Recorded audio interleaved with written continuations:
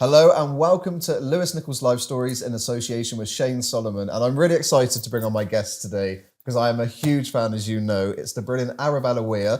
Can I get the MBE bit in there just because it looks good for the show?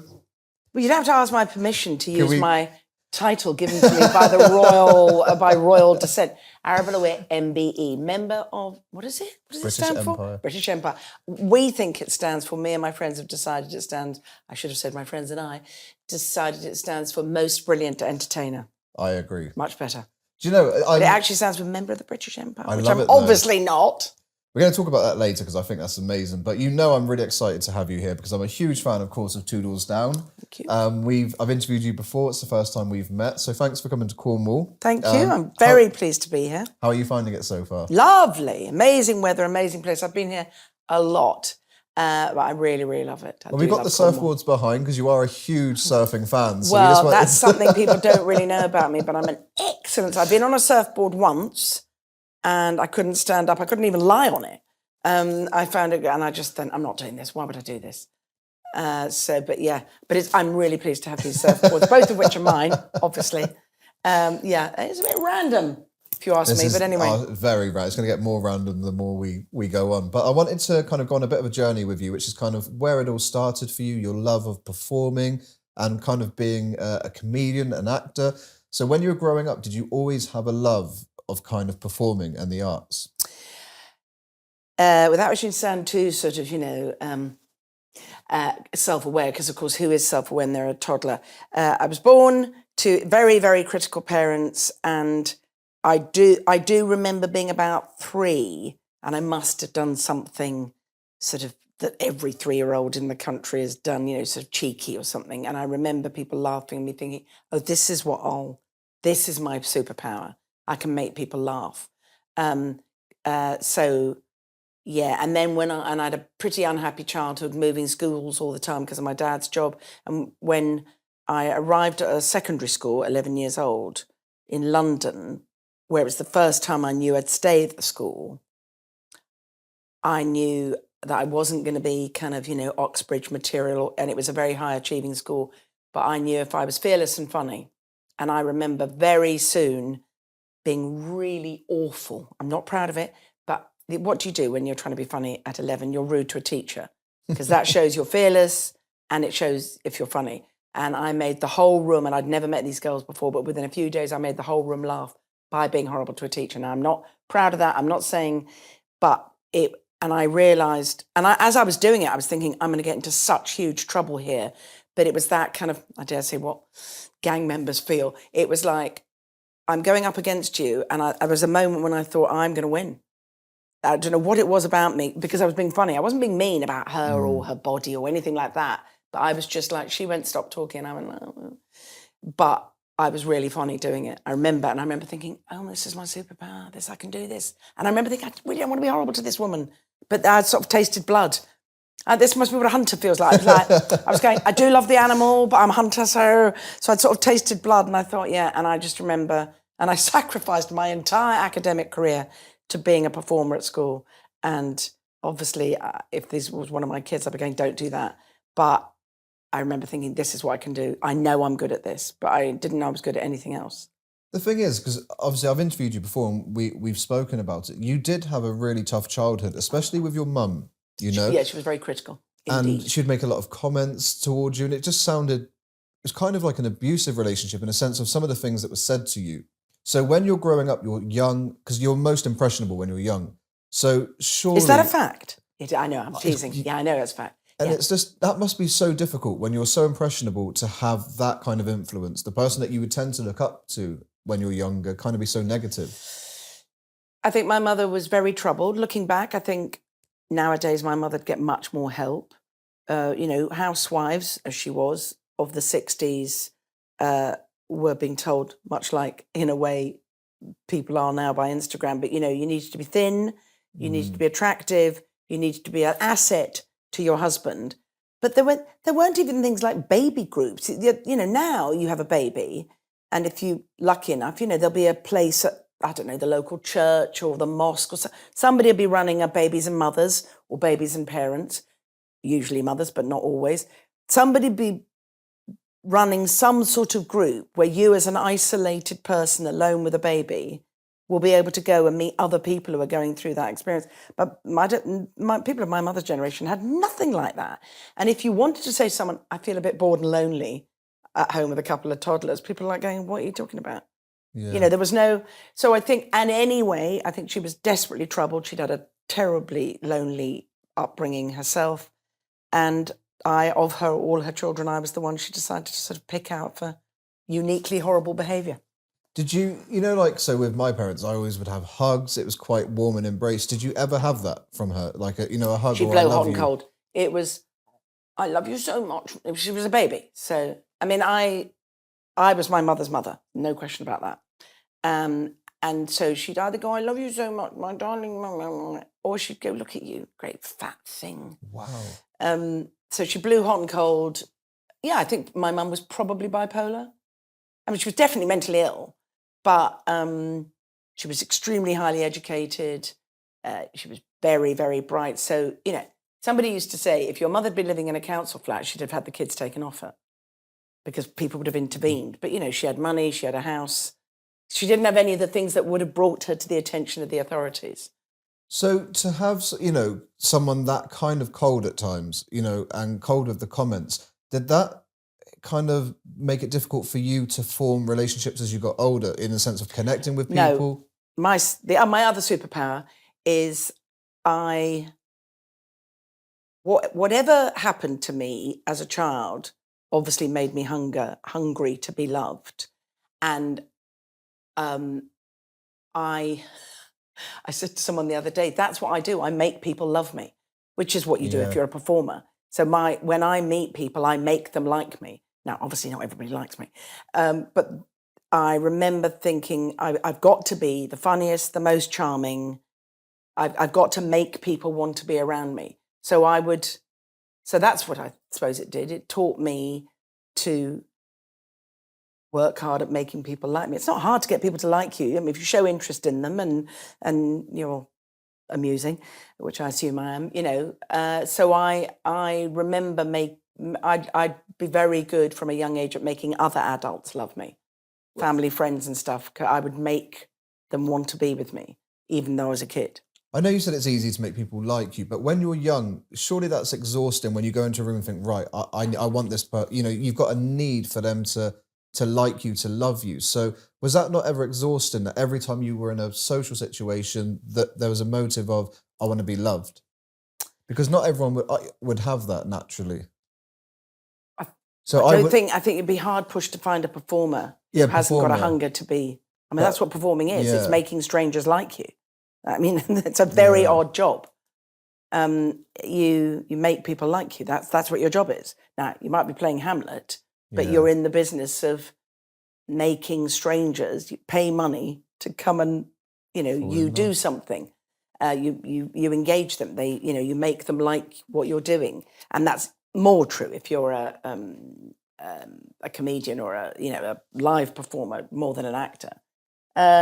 But of course, when you're a kid, you don't think about what's exhausting as well. Yeah, and also, if you're driven if you're compelled, I would say, biologically, or because of my upbringing, if you're compelled to meet people, that's not exactly it's your meat and drink. It's what you do. You go into a room and you go, I'm going to make everyone like me at the party. I'm going to dominate. I'm going to talk all the time. I'm going to be funny. I'm going to, hi you, I mean, I don't do it so much now, but I wouldn't get very far, would I?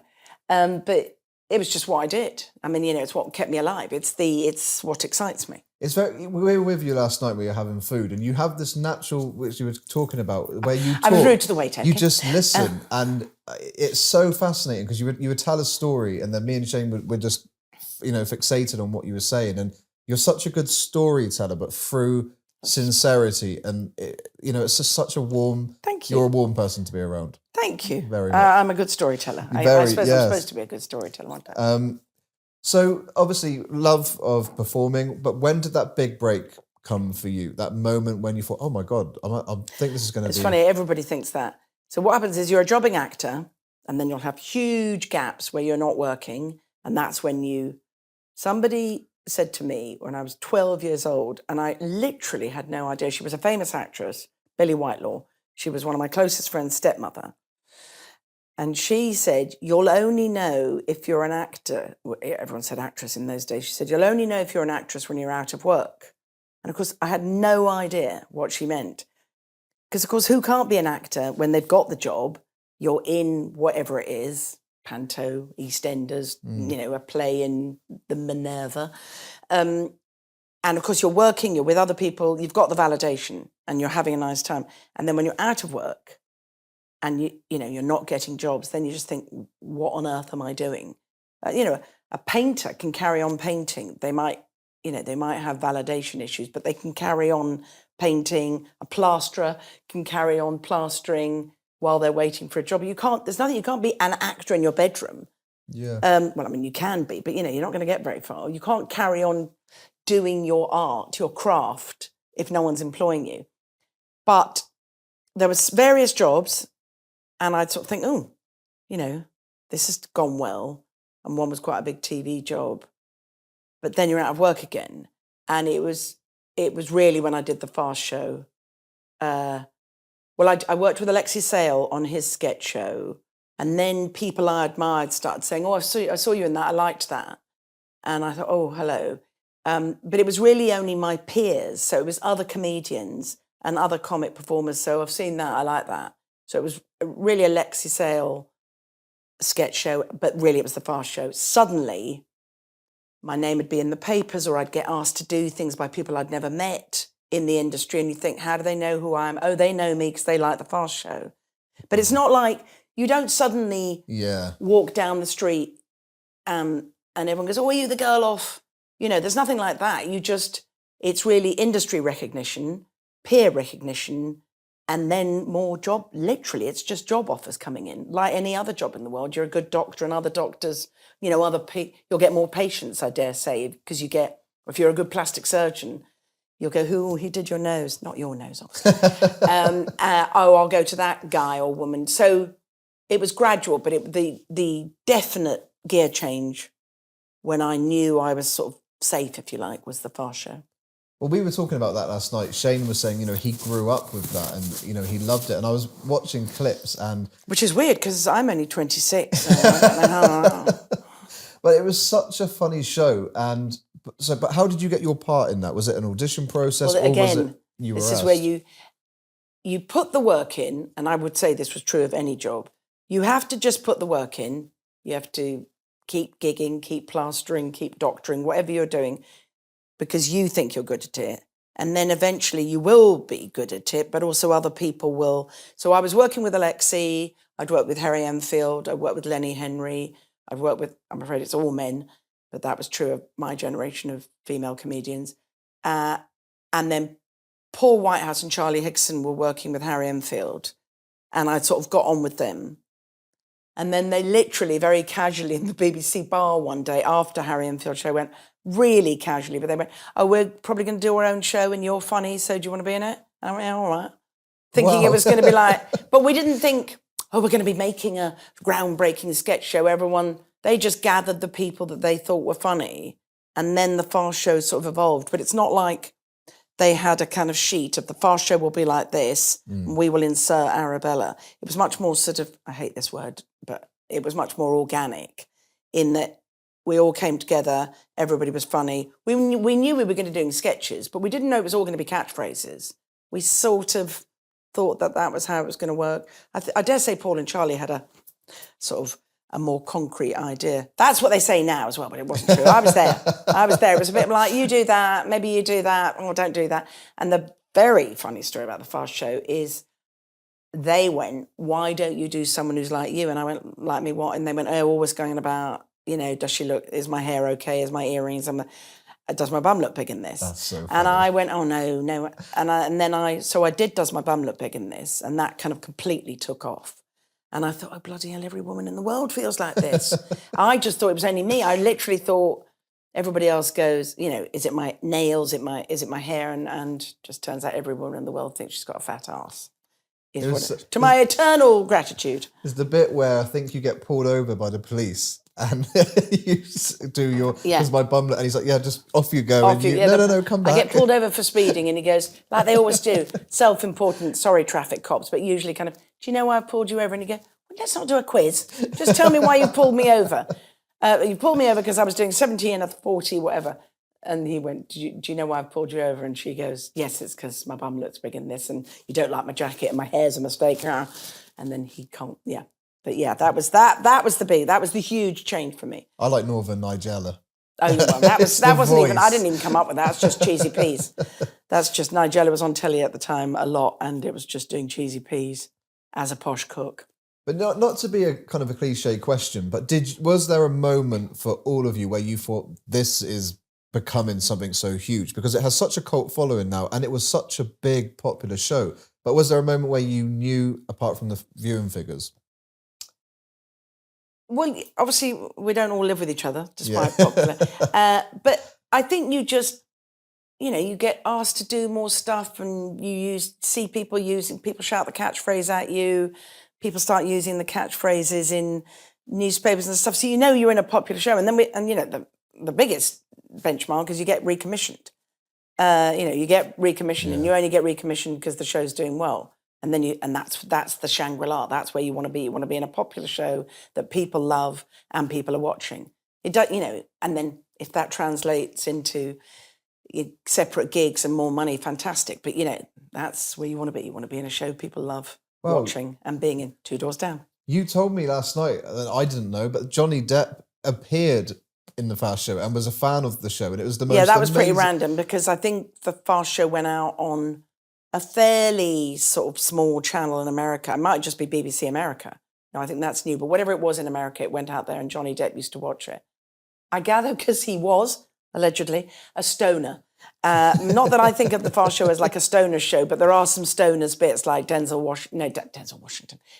Dexter, the scientist, who's clearly a stoner. I think. John, don't have a go at me if he's not. But, he's got the long hair and goes, we took 2 toilet rolls. He's obviously meant to be a sort of Berkeley scientist. So Johnny Depp was in it. I wasn't in the sketch with Johnny, but I did meet him. What was he like? And he was wearing a Stetson. He was extremely charming, astonishingly good looking, in that kind of, fuck, he really is good looking. When you meet people and then you think, oh my God, they really are. I met Keira Knightley. I did a film with Keira Knightley. And I thought, oh my God, she is like shine. She was sort of shining beauty. You had that last night when you met Shane at the airport. Yes, obviously. I don't know. It was shining beauty was the first thing I thought. The first thing I thought was that is my driver. So, but yeah. So Johnny Depp was very nice. I mean, I don't know anything else about Johnny Depp, and I've never been married to him, despite huge efforts. But he was very nice on the show. And we were speaking last night as well. You appeared, obviously, in Doctor Who in a Christmas special. Now, that show... With Matt Smith, yeah. And it's so popular. It's something else. I mean, there's Comic-Cons and conventions. You get invited to go to the conventions for Doctor Who. Not as often as I'd like. So if anyone's watching this... but because we were nice aliens. Bill Bailey, Paul Baisley, who's been in Benidorm and always in... a really great sitcom called Such Brave Girls. Paul Baisley, Bill Bailey, and I were the nice aliens wearing what Bill very wittily said, bits of skip. We were in these huge bits of yellow hardware. And I thought that's exactly what they looked like. So they were articulated. It was a kind of, alien suit. And it was boiling hot or freezing cold. And I've done a few Doctor Who conventions. They are full of very interesting people, should we say? Very passionate Doctor fans. And they know their stuff. Yeah. They know everything. But what a lot of them don't know is I was the first female Doctor. So when the show wasn't on air, before it was recommissioned, whatever it was, 20 years ago, and Russell T Davies, rebooted it, it had a huge presence. And I'm trying to think online, but not in like your podcast radio show did. It was called Big Finish. It is called Big Finish, and you buy a CD So, I mean, I don't know. I mean, I'm making it sound like I'm explaining CDs to a Martian. I'm the Martian in this way. But they commissioned scripts and actors to do it like you were making a radio show, but it wasn't broadcast. Fans would buy the CD, right? So I think Richard E. Grant, transformed into me, and I was the first female Doctor. And this was, it's got to be about 25, 26 years ago. And they ill-advisedly, the script writers thought it'd be funny if they made the female Doctor, so this is before anyone's been an actual female Doctor, a ladette, because that was the culture then. So I was burping, which I can do very easily, and farting, and the Doctor Who community the Whovians did not like it.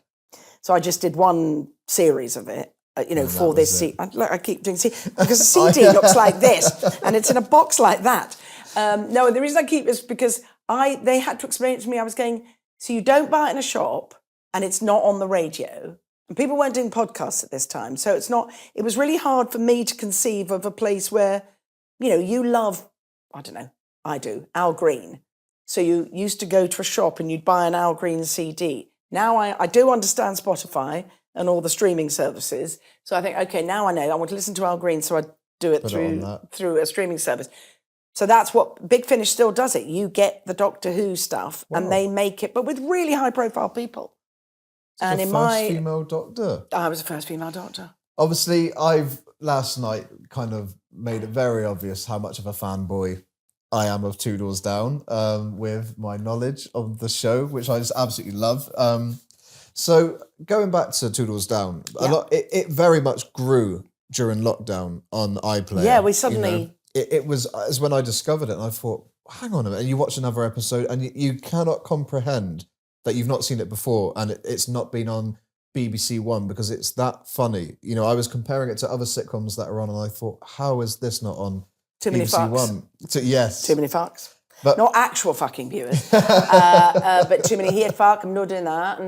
And I may have told you this, but there's a quota of fucks that you can have before the watershed, and in fact after the watershed.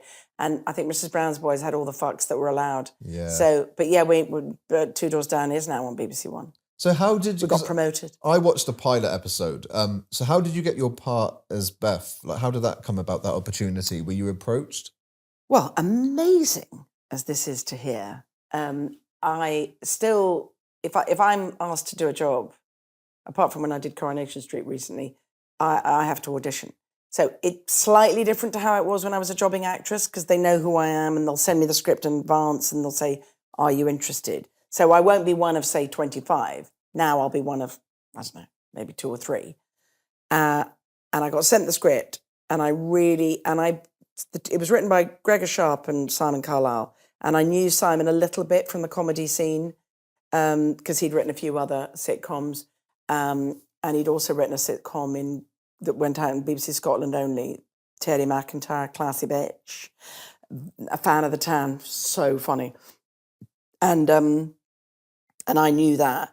So I got this script and I absolutely loved it, and I really, really, really, really wanted it. So I put much more work into it than I normally do, and really sort of, read it hundreds of times. And then I had a meeting with them. But then, I sound like an arse when people say, the thing is, I don't realise how marvellous I am. But I didn't know that they had to have a BBC comedy name. And I don't think of myself like that, but they did. Yeah. So they were thinking, we have to have somebody who's Scottish, which I am, despite my accent, and was a comedy name. So I had a better chance than I thought I had, because they were already thinking we've got to have a BBC name that's, a comedy name. And then I just met them, and then I did a chemistry reading with Alex Norton, who plays my husband, where we had to have no chemistry, so that worked. I think chemistry reading is normally when it's like 2 young, gorgeous, I don't know, sort of, Tom Hollander and some beautiful girl. And we hit it off, so...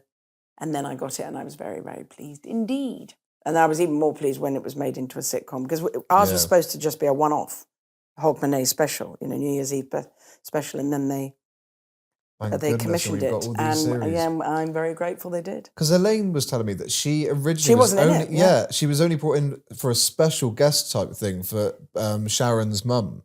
That's right. And Elaine C. Smith, you know, is a legend in Scotland, and they said to me, "Oh, we're gonna," and I've forgotten why they brought her in. I think she was just meant to be the ghastly neighbour, and obviously it took. So they kept her, and the chemistry between Beth and Christine, Elaine and me, I love it. Yeah. Did you base Beth on anybody that you knew? I based Beth on David Tennant's mother and my granny from Dunfermline, because both my parents are Scots, and I had one absolutely lovely granny, just the nicest woman in the world. There's a bit of her. She's Melrose Borders. She was very long-suffering, and, "Oh, no, that's not a problem. We won't do that. Come on. No, that's enough." You know, when me and my siblings were like, "Oh, yeah, fuck off," yeah. She'd be like, no, that's enough. Come on, least said, soonest mended, and all that. And then, and David Tennant's mum was very long-suffering and sort of, you know, steely. And then my granny in Dunfermline, who I don't mind admitting I didn't care for. She was very, as we say in Scotland, nippy sweetie. And so it was a bit of everybody. And the accent is Borders. Did David love that you based it? I don't think he... All he said is, your accent's impeccable. Because somebody once said, she's not doing a good accent. And he went, her accent's impeccable. Very good. Do you know what the great thing about Two Doors Down is? When you watch it, we all know somebody like Beth, like Christine, like Kathy, you know, that can't handle their drink. Every character is so relatable. And I think that's the secret to the success, that when you watch the show, you feel you know them. And I think that's so important. I think people, well, how do I know what the public do? But generally speaking, I think people, now I'm going to sound a bit wanky, I think people don't realise how incredibly hard it is to write relatable comedy. That's why I have such enormous respect for the great stand-ups, because you're trying to write something to perform, in our case, to millions of people, and if it's live, to thousands of people, but that is actually very ordinary. You know, somebody's granddad who always scratches his balls in front of guests, you know, that you would see. And most of us will go, "Don't do that, granddad." They'll go, "What?" Everybody has quirks, and it's sort of picking out those ordinary quirks. Because, of course, your dad coming in with a Martians comedy hat on, he might think that's funny, but dads generally don't do that. So most of us are going to go, "Well, what's his dad? It's not funny." Or he might go, "Oh, I'm a Martian." You know, Harry Enfield, he was a genius at that as well. You just, you know, only me. Yeah. You pick this incredibly ordinary thing that all of us would go, and you heighten it for comedy. But that's the genius of writing, in Simon and Gregor's case, Two Doors Down, because you're taking the stuff that everybody knows somebody does, and just tweaking it, turning it up a tiny bit. You know, Christine will say, "No, none of your shit biscuits." Now, we all know someone who speaks to you like that, but you just do it enough to make it a kind of relatable thing, and then keep. You know, on this, obviously Beth's front room, you'll have Kathy and Colin, you've got Beth and Eric, and there's separate conversations going on, but they're all so funny. So it'll go to one person, and you kind of get the joke. Then another. A nightmare to shoot. It's what, sorry? It's a nightmare to shoot. Really? Well, you've got to have you and me going, "Oh, I hope she doesn't serve the shit biscuits." Yeah. And then you've got to have it going, "Oh, do you think there's any wine?" But you have to shoot that, shoot this, shoot them. So it's okay. Because, of course, it's supposed to look like you're in there, but, of course, you've got to shoot it all. You've got to shoot it all separately. So, and then it's got to be edited and put all together in a seamless way. But, yeah, I mean, yeah. Have you had moments where, because there's certain scenes that I watch and I think surely as actors you must just laugh when you try not to. Like, you know, the dance between Kathy and Colin. I don't know how anyone could have kept a straight face. It's their anniversary and they reenact the dance that they did. Dune, as Kathy, reenacts her sexy dancing from her honeymoon. And it's pretty horrifying. No, of course we laugh a lot, but we're also, you know, you're on a time schedule. It's not sitting around all day going, "Ha, ha, ha." You know, you've got people are going, "The light's going," or, you know, we've got to finish at 6:45, and everyone's going, "Hurry up." So, you know, you'll have a laugh the first few times and then you just get on with your job. Who laughs the most? Oh, Elaine's the worst laugher. laughs at herself. She laughs at everybody else. She'll tell jokes. Elaine's the most terrible corpser, as they call it. She's terrible. Kieran's quite bad. But yeah, Elaine's the worst. Oh, she'll laugh. Just, we often have to sit around going, Elaine, you need to stop yet. And she'll sort of get the giggles. I can be quite bad. If I go, I go.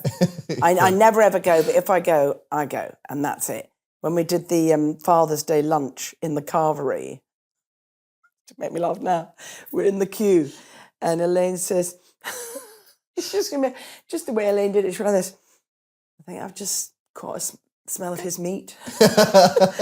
and that's it. I went. And everyone just had to stand around. I was just like going, no, stop, nobody look at me.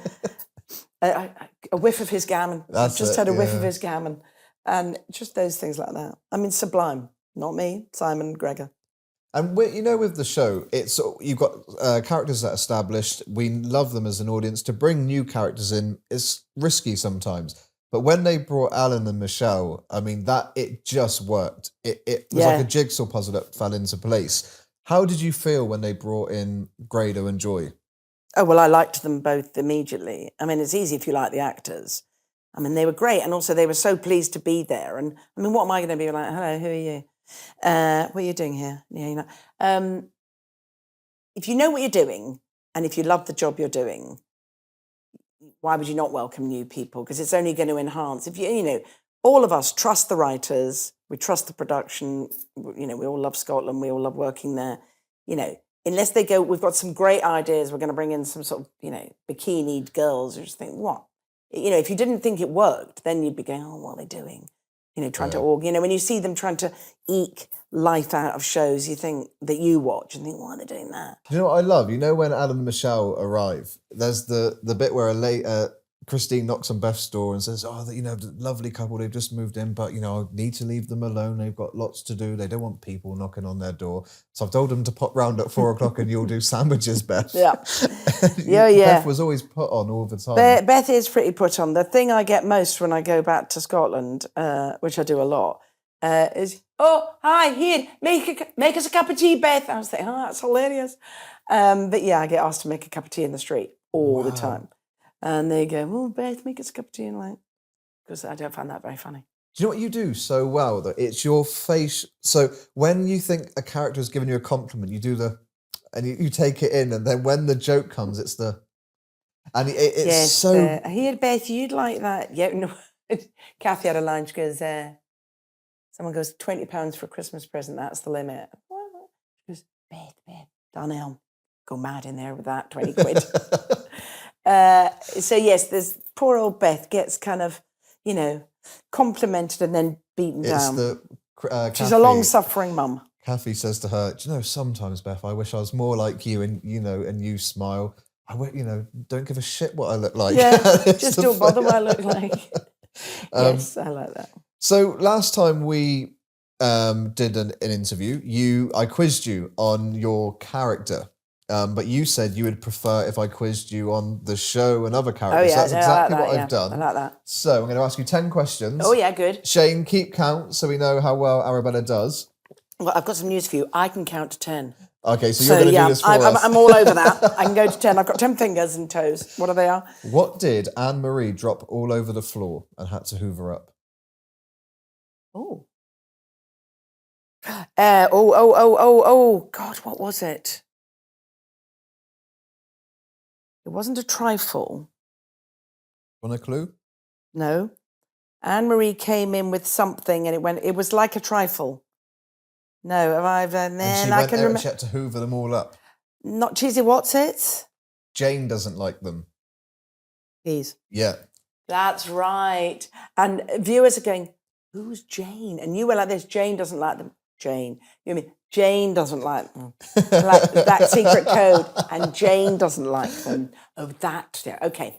Right. Peas. Yes. Oh, I'd forgotten that. But yeah, she was brilliant, Siobhan. Yeah. So what did Willie play with on his birthday? Sausages? No.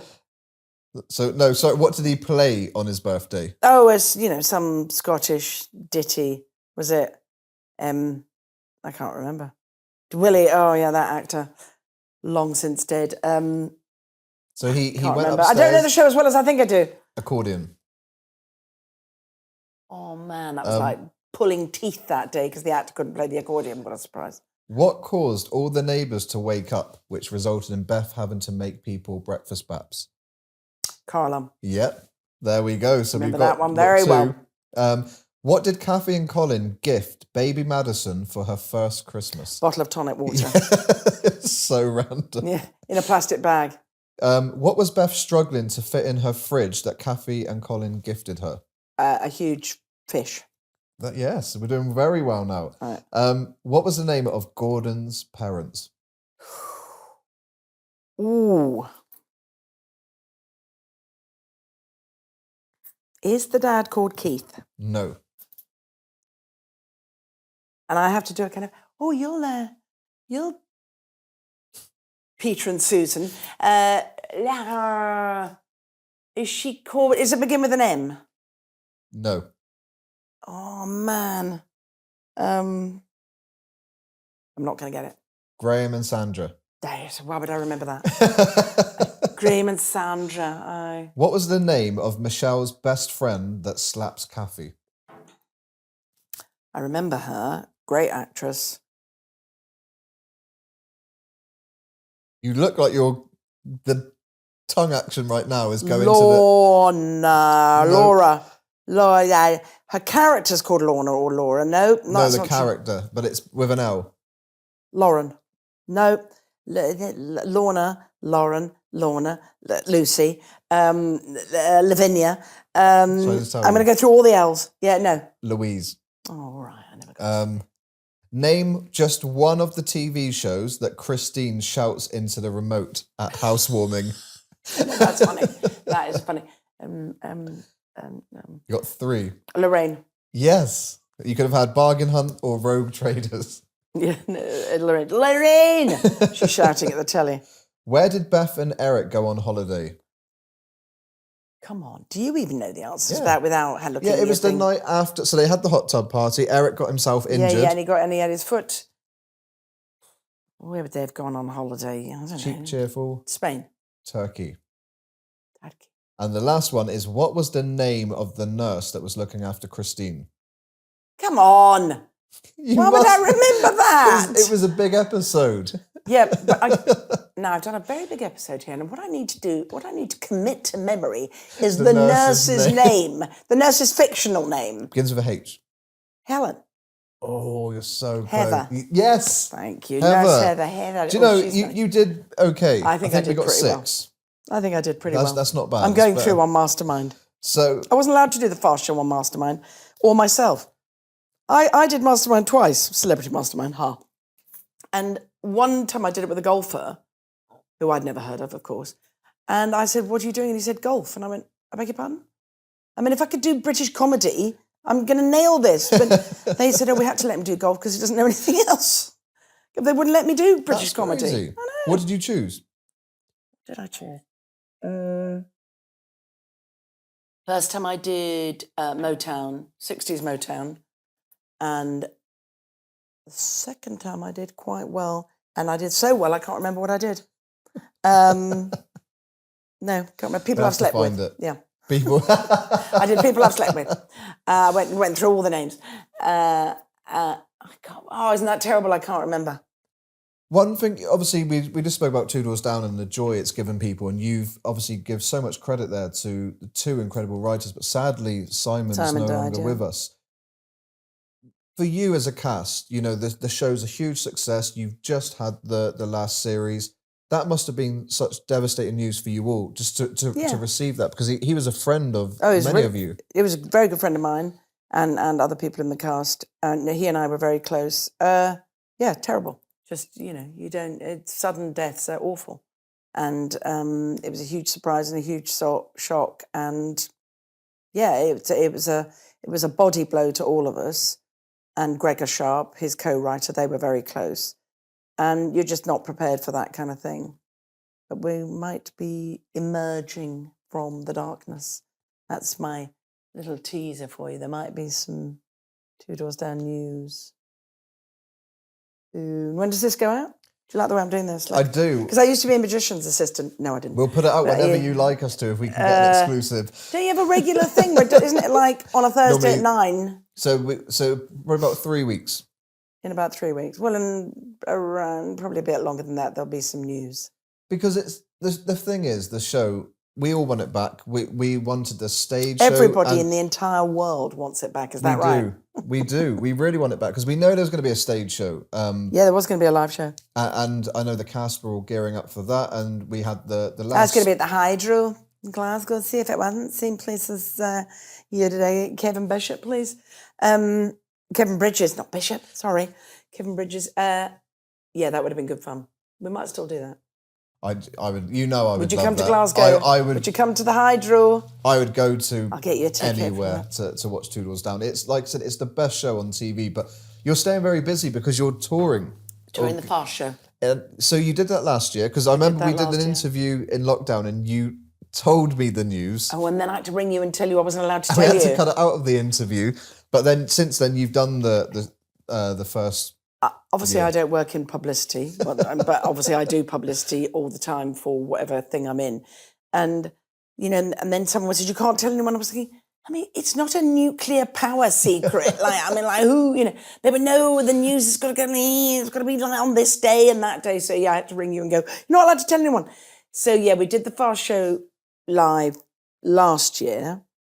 And to everyone's surprise, including Paul Whitehouse and Charlie Hicks, there was a huge appetite for it. I don't think we thought people had forgotten us, but you kind of think, and we're playing like 2,000 and 3,000 seaters. We're not playing a sort of community centre. Obviously, we knew we'd sell out in a community centre with 300 seats, but yeah, it's sold out in under an hour nationwide. Wow. So then, and you thought, oh, okay, so they do still like us, or maybe they've got nothing to do, and then so we're doing another 6 dates coming to a theatre near you, but it's already sold out in November this year.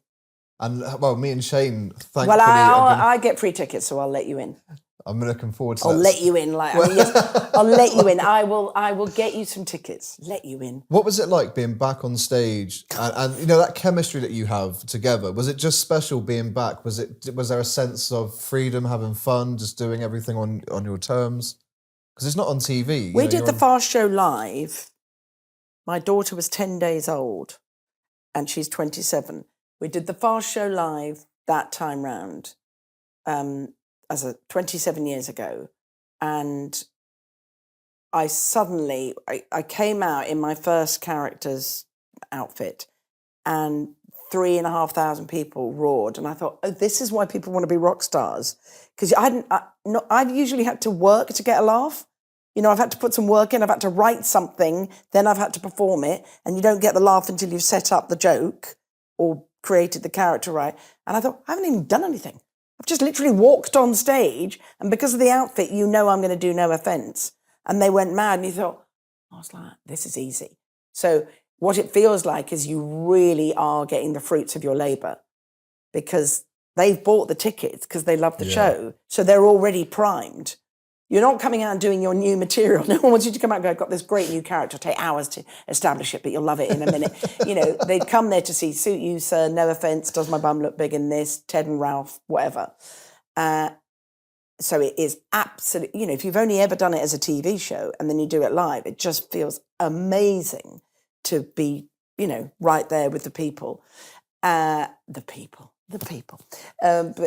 right there with the fans. And then, so when we did it, last year,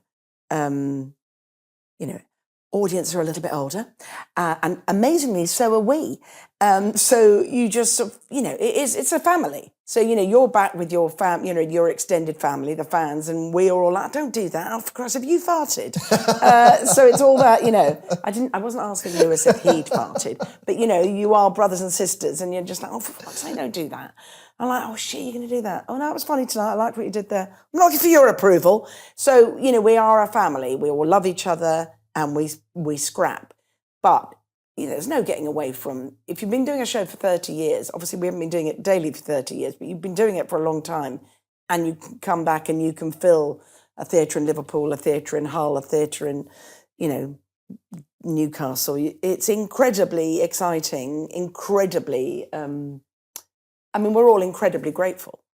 You know, you just think we made something and you still like it, and thank you very much for liking it, and thank you, you know, for coming back. So it's really, really good fun. Also, because we're all a bit older and because the audience are a bit older, you can sort of muck about a bit. Yeah. And we don't fuck about with our sketches. We don't forget lines on purpose. There's no sort of larks in a kind of, but, you know, if somebody does fuck up, Paul's very good. He goes, he wasn't supposed to do that. Cunt. You know, but Paul will do that and you go, thanks, Paul. Thanks for like hanging me out to dry. Of course, I never get any of my stuff wrong, but yeah, there is, there's a lot of joy in it.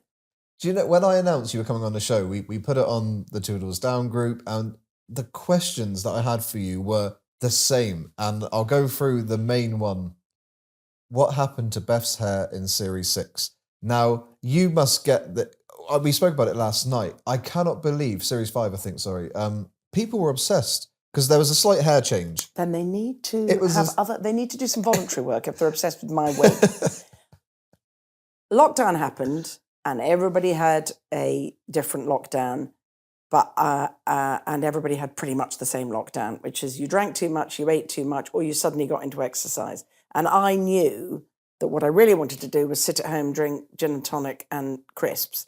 So to stop myself doing that all the time, which I did do quite a lot, I started walking a lot. So I lost a load of weight.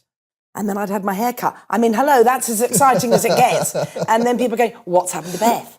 And thinking, because you'd be amazed to hear that my entire life isn't Beth. So I cut my hair. And I have to say the BBC did go, you can't cut your hair. And I would go, well, tough. Because unless you're going to sort of... So, yeah, I had to... Yeah, there was a lot of... Twitter went nuts. I was looking at Twitter when the episode came out and it was, what has Beth done? And so many people. But the other thing I was asked... I was thinner and I'd had my hair cut. That's as exciting as it gets. The other thing, which I've never asked a guest to do, and it feels very weird, but people asked if I could ask you to do the famous meow. No, which, of course, I'm not going to do the meow. For those who haven't seen it, it is an episode of Two Doors Down where everyone's doing their kind of party trick. And Beth's was so random... I know. That she can meow. I don't know why Simon and Gregor came up with that, but the joke was that her party trick was to do a meow. I'll do a tiny one, meow. But I did a very, very, very long one. And who knows to this day why anybody thinks that's a party trick. But they did, that's what Simon and Gregor are, and I remember, you know you're getting things right when you look round and the crew are laughing. But of course, yeah, I didn't. I was thinking, why is this funny? The idea of her thinking, it's just sad old Beth thinking that that's a party trick to be able to do a meow. I don't even sound like a cat. I just sound like a meowing. Well, you know my dream is the show to come back. I love it. We all love it. And fingers crossed in the future, our wishes granted. Is that the best you've got? Yeah. So ask about that. Positive. Says no. Theatrical connection with the audience. Oh, I answered that, didn't I? You didn't even have to ask me that. Born in San Francisco. That's not interesting. No, I think that's really interesting because I thought you were born in Scotland. No. So my dad was working in New York, in America. When I read that your dad was a sir, you've got your MBE. No, that's right. My dad, let's just get a myth out of the way. My dad was a primary school teacher's son from Dunfermline, just outside Edinburgh, for people who don't know where Dunfermline is, right? Fife. Kingdom of Fife. Dunfermline, beautiful, beautiful abbey. It's where Robert the Bruce is buried. A bit of Scottish facts for you. But because of my dad's age, he was in the last bit of the Second World War, and then he learned Arabic and joined the Foreign Office, which somebody from his background would never have done in a million years. He joins the Foreign Office. He can speak Arabic because he's been in the Middle East during the Second World War. None of this is on here, by the way. I know this. And then my dad does very well in the Foreign Office, and he ends up getting knighted. But sometimes people write about me and go, well, of course she's this, that, and the other because she's a knight's daughter. Right. I'm not a knight. And my dad was knighted when I was 25. It made no difference to my life. And it just, I'm not undermining my dad's achievements because they were huge, particularly given his very modest background. He wasn't a public school boy or anything like that. But, people go, oh, she's a knight's daughter. It's like going, like the MBE. I got the MBE now. Who presented that to you? Princess Anne, and she was jolly nice. Really? And my friend who went with me, in fact, she's the Georgia tenant. She's the reason I got the MBE. It was her that campaigned for me without me knowing, because that's how you get it. It's not, the palace don't go, she's been doing well. That people basically, Oxfam, Save the Children, whatever, they campaign and they go, this person has done this, and then you have to get everybody. I didn't know any of this. So Georgia did that. So Georgia came with me and my children to get the thing at the palace, the badge. It's not a badge, it's a bit more than a badge. It's jolly nice. And Georgia said, I said, I'm quite nervous, and I don't really care about the royal family. I mean, I don't mean I wish them ill, but I mean, I'm not a royalist or anything. And she said, just make her laugh. And I did. So she said to me, I know who you are, but why are you getting this? What is the thing? And I said, I think it's because I make people laugh. And she said, when did you first realise you were funny? And I said, at school, because I wasn't very academic. And she said, neither was I. And I went, no, we all know that. And she laughed. And as it came out of my mouth, I thought, it might be something you're not supposed to say to royalty. But she laughed. I went, yeah, we all know that. Because, of course, famously, they didn't do well. So let me see what you haven't asked me. Oh, yeah. I'm amazed you can read. I've got doctor's writing. No, you wish. Did you all? Yeah, no, we've just covered this. We've covered this. What are you doing now? Because obviously you're doing the live show. That's one thing I've not covered. So what else? Because you've given us a little tease. I'm not going to go into it too much. There might be something else coming in the air. What am I doing now? I am actually, and this is the other reason I got my MBE. I know, because they say for services to the arts. I want to see it. No, you get a thing saying you have been awarded this for, and then, whatever it is, finding a cure for cancer. Sadly, not that, but it says in mine, services to the arts, supporting young people in the arts, which I've always done, and services to charities. So what I am doing a lot of is working with a charity called Multibank, which was started by Gordon Brown. And it's a bit of a no-brainer. It's one of these ones you think, so hygiene poverty is at epidemic levels in Britain, as is the use of food banks. But there are people who literally can't afford shampoo, clothes, washing liquid, all that. And Gordon had the idea of making a place like a food bank, but where you get loo paper, toiletry, essentials. And obviously Gordon's got quite sort of big door opening powers, and we've been in contact, and then I started working with him as like an ambassador kind of thing. All the big massive toiletry companies giving us damaged product, surplus. It is repurposing surplus. That's the purpose of the Multibank. I've been doing a lot of that. That's amazing. And I'm loving it. And that's sort of, yeah. Well, obviously we spent some time yesterday, we had some food, and this morning, but I've got to say... We had a meal together. We did, scampi. I love the idea of... So, yes, we're ordinary people and we ate together. But, you are such an incredible actor. You're naturally very funny. And just being around you and in your presence, you just bring so much humour. Yes, aren't I amazing? I'm great, aren't I? I'm just great. We're going to keep this in. We'll put it in a Keep show it in, because I'm really great. I have to do an American accent. Much, honestly, for My coming pleasure, on the show. Liz. Thank you for bringing me to I've Cornwall. Wanted to meet you for so long, so thank you so much, Arabella. Everybody, me, clap for yourself. Me, everybody, go me.